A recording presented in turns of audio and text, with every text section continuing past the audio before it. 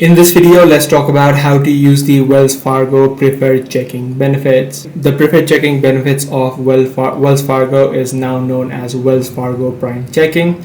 And in order to use this, you must link your eligible account. So any accounts that you already have added in within your mobile app or the online banking portal. So only once you have linked your eligible accounts, your relationship discounts, free waivers, and preferred rates will apply automatically. So as I said, you'll need to simply log into your mobile banking application, navigate to the account services. If the account services is not visible within the account section, you can simply tap on the menu on the top left and then head over to the account services. You'll need to maintain a combined balance of $20,000 or more across your Wells Fargo accounts.